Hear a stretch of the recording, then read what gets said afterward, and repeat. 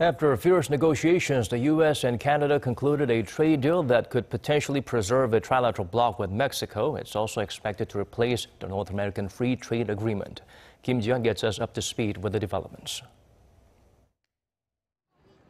The U.S. and Canada have reached a new trade deal known as the United States-Mexico-Canada Agreement, or the USMCA, which follows a separate agreement between the U.S. and Mexico reached in August.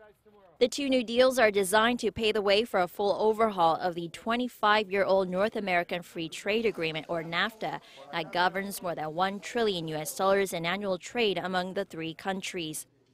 In a joint statement, the U.S. and Canada stated that the USMCA would result in freer markets, fairer trade, and will give workers, farmers, ranchers, and businesses a high-standard trade agreement and robust economic growth in the region.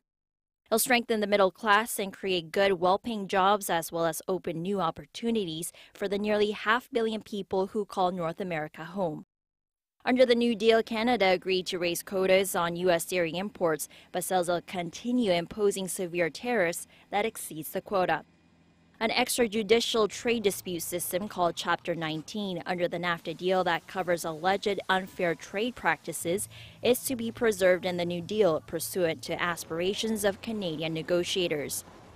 Regarding the auto industry, Canada agreed to cap auto exports to the U.S., while the U.S. gave assurances that Canada will not be subject to national security tariffs the Trump administration had threatened to impose on imported steel and aluminum that could be extended to Canadian-made automobiles.